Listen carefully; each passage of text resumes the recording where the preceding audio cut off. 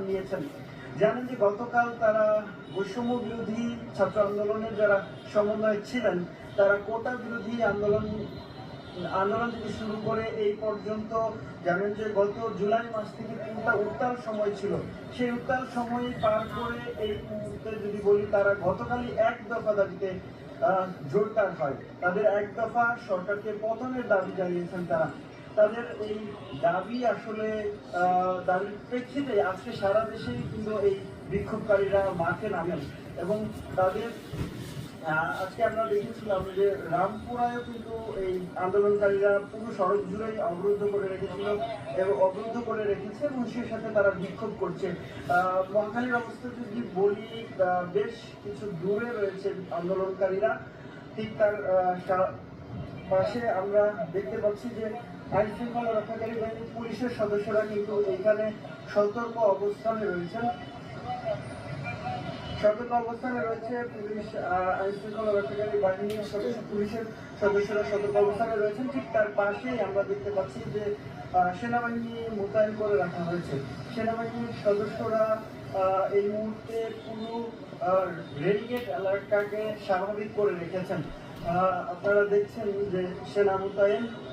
জানেন যে এর আগে যখন 18 জুলাই আসলে পুরো মহাখালী কিন্তু রণক্ষেত্রে পরিণত হয়েছিল, তারই ধারাবাহিকতায় কারফিউ জারি ছিল এবং কারফিউর মধ্যে আমরা দেখেছি যে সেনা মোতায়েন ছিল। এই পয়েন্টটাতেই মূলত আসলে বিক্ষোভকারীরা অবস্থান নেয়।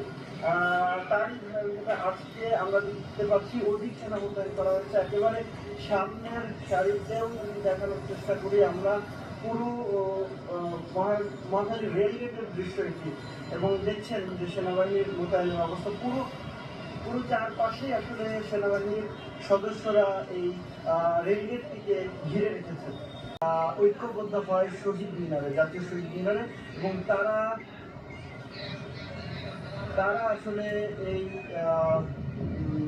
সরকার পতনের ডাক দেন এবং সরকারের বৈষম্য বিরোধী ছাত্র আন্দোলনের যারা রয়েছেন তারা বলছিলেন যে তাদের যে ভাই হত্যার বিচার চাইছেন তারা সেই বিচারের দাবিও জানিয়েছেন। তবে সেই বিচারের দাবি আসলে তারা বলছিলেন যে যে বৈষম্য বিরোধী ছাত্র আন্দোলনে যারা হত্যা আপনাদেরকে দেখানোর চেষ্টা করছি মহাখালী রেলগেট এলাকার দৃশ্য, যেখানে বিক্ষোভকারীরা বিক্ষোভ করছেন এবং এই এলাকাটা জুড়েই কিন্তু দেখেছি 18 জুলাই ভয়াবহ এক রণক্ষেত্রে পরিণত হয়েছিল। বিক্ষোভকারী এবং পুলিশের মধ্যে দফায় দফায় সংঘর্ষ হয়েছে, সেটি আমরা দেখেছি।